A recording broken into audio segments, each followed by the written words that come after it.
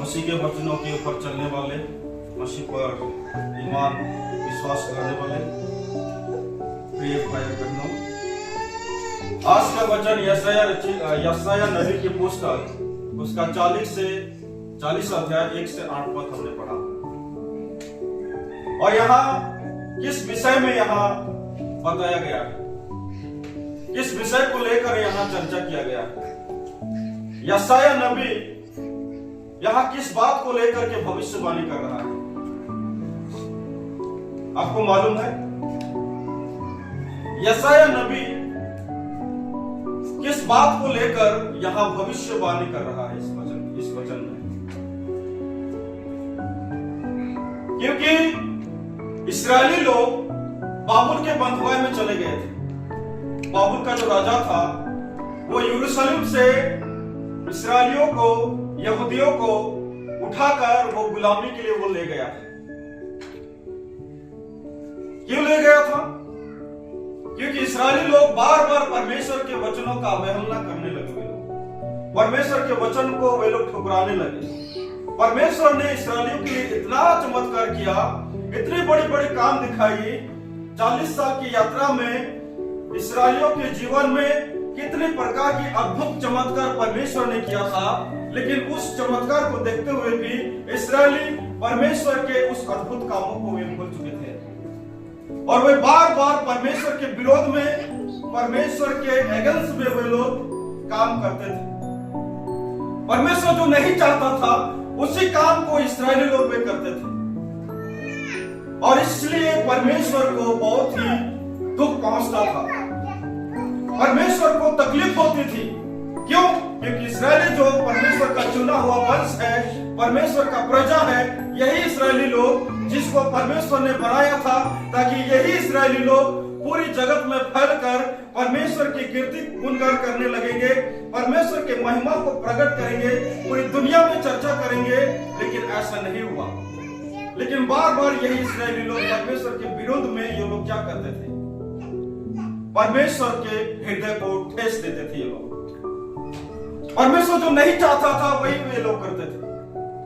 परमेश्वर की इच्छा नहीं थी कि मेरे प्रजा के लोग, मेरे इस्राएली लोग, यहूदी लोग मूर्ति पूजा करने लगे, लेकिन ये लोग मूर्ति पूजा करते थे।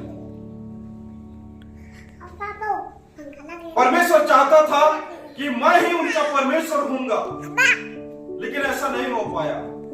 ये इस्राएली लोग अपने लिए कुछ अन्य देवताओं का भी इन्होंने निर्माण किया, मूर्तियों का निर्माण किया और वे लोग उनकी सेवा पूजा में लग गए। और इन सारे बातों को देखकर, इन सारे कर्मों को देखकर परमेश्वर को बहुत दुख पहुंचता था और इसीलिए परमेश्वर दंड के स्वरूप में बाबुल के राजा के हाथों में यहूदियों को, इस्राएलियों को क्या किया? बंधुआई में ले जाने के लिए बाबुल के राजा को परमेश्वर ने उस्काया और बाबुल के राजा आकर यरूशलेम में जितने लोग रहते थे उन सबको उठाकर क्या किया? बाबुल के राजा ने सबको बाबुल देश,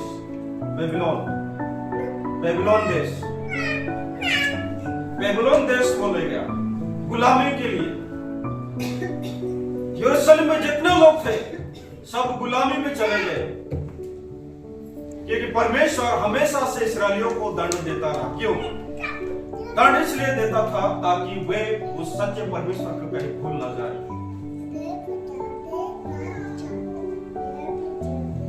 परमेश्वर इस्राएली परमेश्वर के एक दुल्हन के समान थे और परमेश्वर उनका दूल्हा के स्वरूप में था। लेकिन इस्राएली लोग क्या करते थे? हमेशा ही परमेश्वर के विरोध में जाते थे, इसलिए बार बार उन्हें बंधुआई में जाना पड़ता था इस्राएलियों को। लेकिन इनके बावजूद भी इस्राएली कभी भी उस परमेश्वर को समझ नहीं पाए और अंततः परमेश्वर ने इस्राएलियों को क्या किया? छोड़ दिया, अपने हट में, अपनी इच्छा में जीने के लिए सौंप दिया और इस्राएली अपनी इच्छा के अनुसार जीने लगे। और जब परमेश्वर ने देखा कि इस्राएलियों ने मुझसे मुंह फेर लिया है तो उसे क्रोधित हुआ ईश्वर क्रोधित हुआ और बेबीलोन के राजा के हाथ में इस्राएलियों को क्या कर दिया? बंधुआई में छोड़ दिया। बंधुआई में छोड़ दिया। और बेबीलोन में क्या हुआ कि वहां का जो राजा था, वो राजा इस्राएलियों को ले जा करके वहां बहुत ही कठिन सेवा में उनको लगाया। तरह तरह के कामों में बेबीलोन के राजा ने इस्राएलियों को इस्तेमाल की। बहुत ही कठिन दुख उन्हें देखना पड़ा बेबीलोन में। उन्हें वहां मूर्ति की सेवा करना भी पड़ा।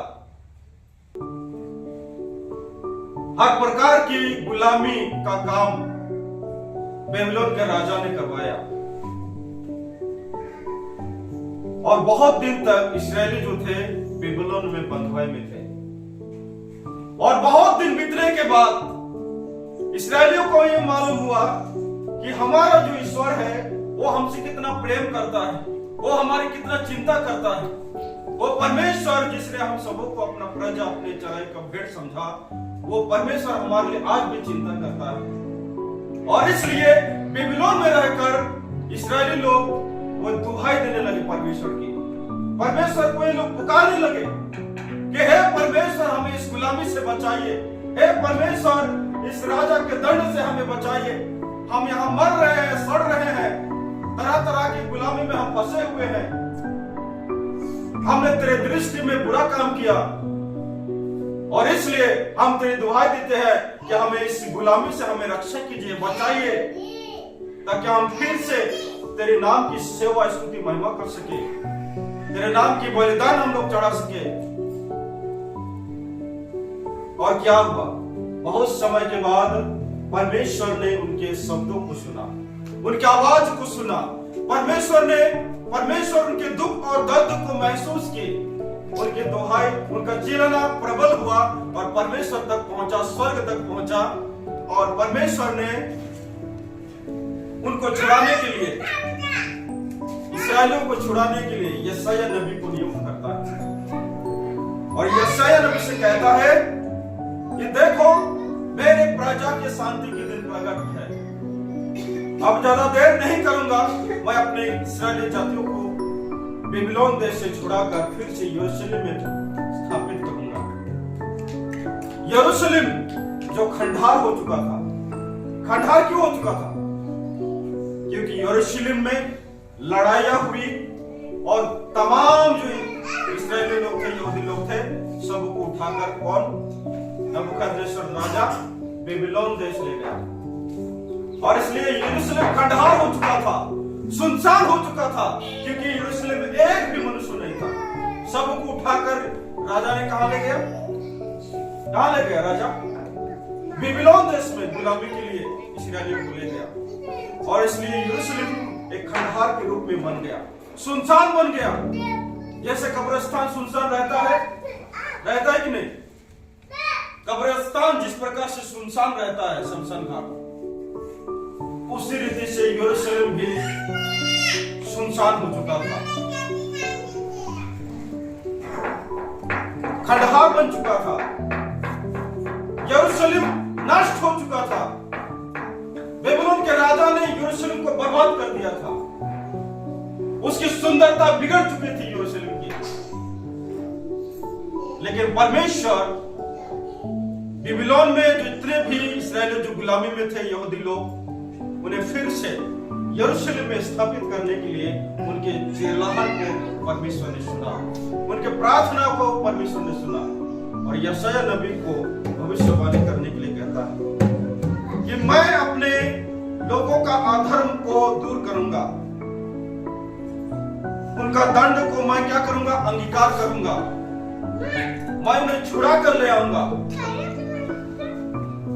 छुड़ा कर ले आऊंगा। और यहाँ क्या कहता है 3 में? जंगल में यहोवा का मार्ग सुधारो, हमारे परमेश्वर के लिए अरबा में एक राजमार्ग चौरस करो। हर एक तराई भर दी जाए, हर एक पहाड़ और पहाड़ियां गिरा दी जाए। जो टेढ़ा है वो सीधा और जो ऊंचा नीचा है वो चौरस किया जाए। अब यहोवा का तेज प्रकट होगा और सब प्राणी उसको एक संग देखेंगे, क्योंकि यहोवा ने आप ही ऐसा कहा है। अब परमेश्वर इस्राएलियों के लिए क्या करेगा? अब मार्ग निकालेगा, अब मार्ग तैयार करेगा इस्राएलियों को फिर से स्थापित करने के लिए। इस्राएलियों को स्थापित करने के लिए, उनके जीवन को फिर से स्थापित करने के लिए अब परमेश्वर क्या करेगा, एक मार्ग तैयार करेगा और पूरी जाति परमेश्वर के इस महान पराक्रम को देखेंगे। परमेश्वर जो पराक्रमी परमेश्वर है, परमेश्वर जो छुड़ाने वाला परमेश्वर है, इसकी चर्चा पूरी दुनिया के लोग देखेंगे। और इसलिए यशायाह को परमेश्वर कहता है कि अब मैं अपने लोगों को दंड को अंगीकार कर लिया है, उनकी दुहाई को मैंने सुन लिया है। अब मैं अपने लोगों को फिर से स्थापित करूंगा। यरूशलेम जो खंडहर हो चुका था, उस यरूशलेम को मैं फिर से स्थापित करूंगा और मेरे लोग आनंद से फिर से यरूशलेम में क्या करेंगे, प्रवेश करेंगे। मैं उन्हें बेबीलोन की गुलामी से छुड़ाकर यरूशलेम में उन्हें स्थापित करूंगा, उनकी इज्जत को फिर से बढ़ाऊंगा, उन्हें फिर से मैं क्या करूंगा, स्टैब्लिश करूंगा, उन्हें उनका खोया हुआ रेस्पेक्ट मैं फिर से रिस्टोर करूंगा यरूशलेम में। और इसलिए मार्ग तैयार करो। किस तरह का मार्ग तैयार करना होगा? अब वो परमेश्वर आ रहा है उन्हें छुड़ाने के लिए। मार्ग तो तैयार करना पड़ेगा कि नहीं? तैयार करना पड़ेगा कि नहीं मार्ग?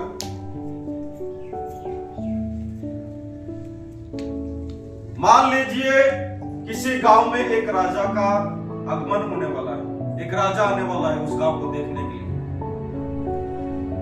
तो उस गांव के लोग क्या करेंगे? क्या करेंगे उस गांव के लोग? पूरे गांव को साफ सुथरा करेंगे, करेंगे कि नहीं? पूरा गांव को साफ सुथरा करेंगे। क्यों? क्योंकि एक राजा आने वाला है हमारे गांव में, एक राजा हमारे गांव में पधारने वाला है। वे लोग क्या करेंगे? रास्ता जो उबड़ खाबड़ है, उस रास्तों को वे लोग क्या करेंगे? समथर करेंगे। जितना भी गांव में गंदगी है उसे साफ करेंगे। वो लोग अपने घरों को साफ करेंगे। जो उबड़ खाबड़ है उसे क्या करेंगे?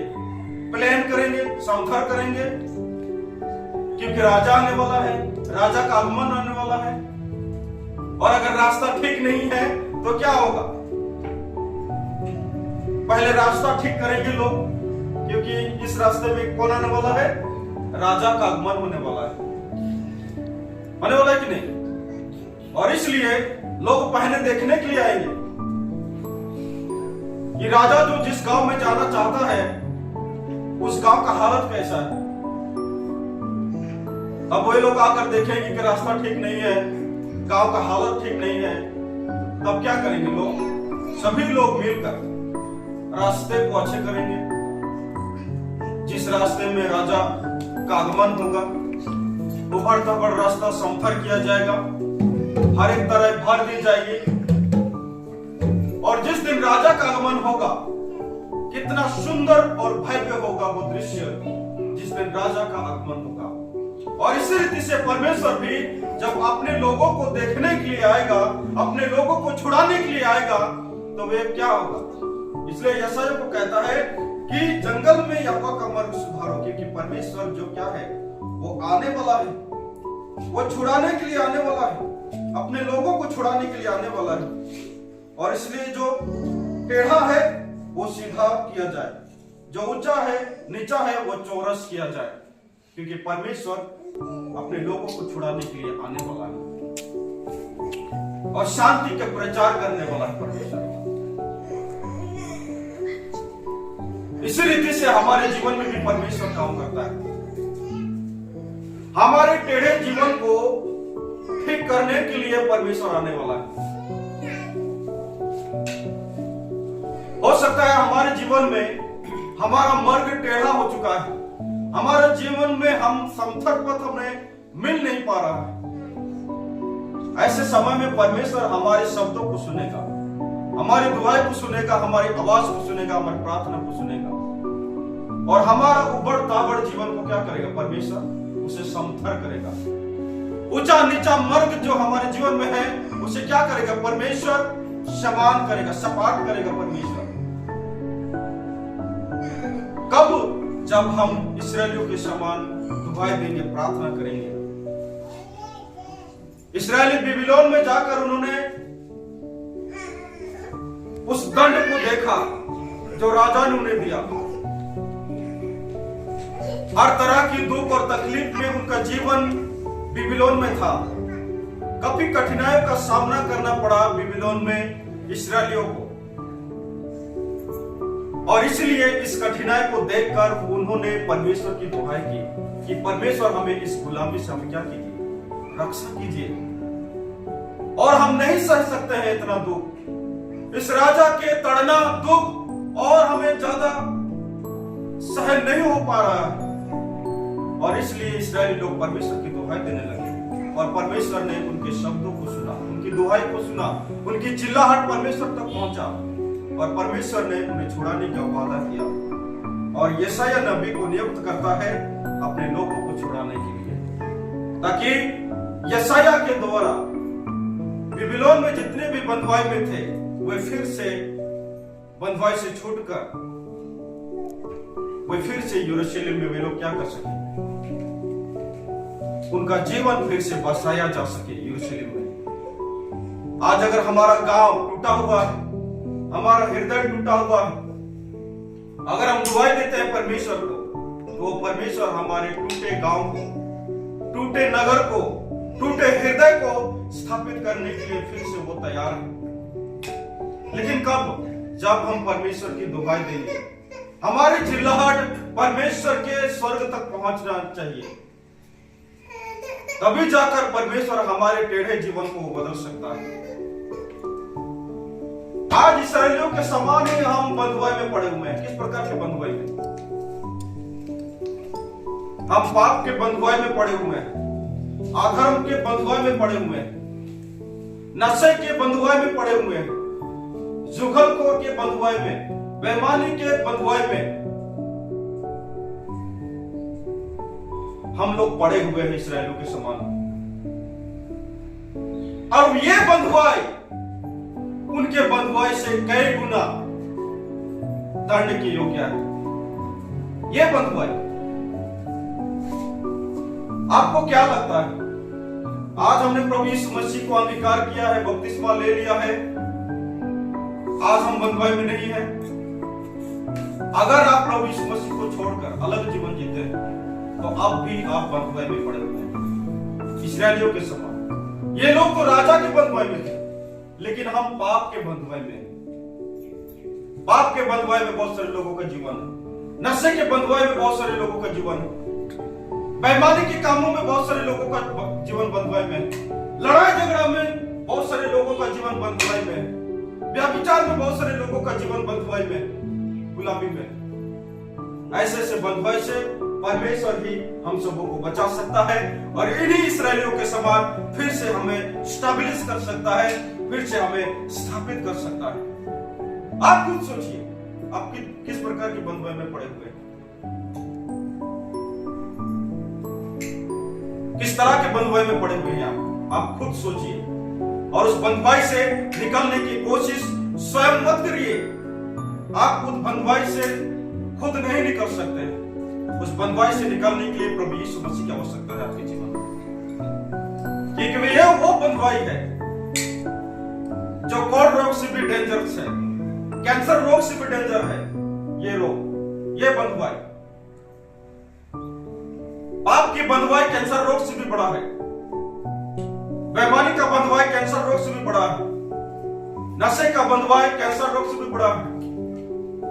ये इस प्रकार का बंधुआई है जहां इंसान स्वयं नहीं निकल सकता अपने जीवन को, और इसलिए प्रभु यीशु मसीह की आवश्यकता हमारे जीवन में आवश्यकता है, ताकि प्रभु यीशु मसीह ही हमें इस बंधुआई से, इस प्रॉब्लम से, इस गुलामी से हमें आजाद कर सकता है। वही आजाद कर सकते हैं प्रभु यीशु मसीह। जैसे परमेश्वर ने इस्राएलियों को बेबीलोन के बंधुआई से छुड़ाकर फिर से यरूशलेम में उन्हें एस्टैब्लिश किया, उस बंधुआई से छुटकारा दे, उसी रीति से परमेश्वर भी हम सबों को हमारे पापों से, अधर्म से, व्यभिचार से प्रभु यीशु मसीह का लहू ही हमें आजाद कर सकता है। प्रभु यीशु मसीह के वचन ही हमें आजाद कर सकता है। दूसरा कोई विकल्प संसार में हमारे जीवन के लिए नहीं है कि हम इन सारे पापों की बंधुआई से आजाद कर सकते। केवल यीशु ही हमारे जीवन से हमारे पापों के बंधुआई से हमें आजाद कर सकता है। इसलिए प्यारे भाई और बहनों, आइए हम अपने जीवन में किसी भी बंधुआई में क्यों ना हो, हम अपने जीवन को प्रभु की ओर लाए। वही हमें इस सारे बंधुआई से छुटकारा दे सकता है, हील कर सकता है, चंगाई दे सकता है, शिफा दे सकता है, हमें अनुग्रह दे सकता है। इस संदेश के द्वारा परमेश्वर हम सबको आशीष दे। आमीन।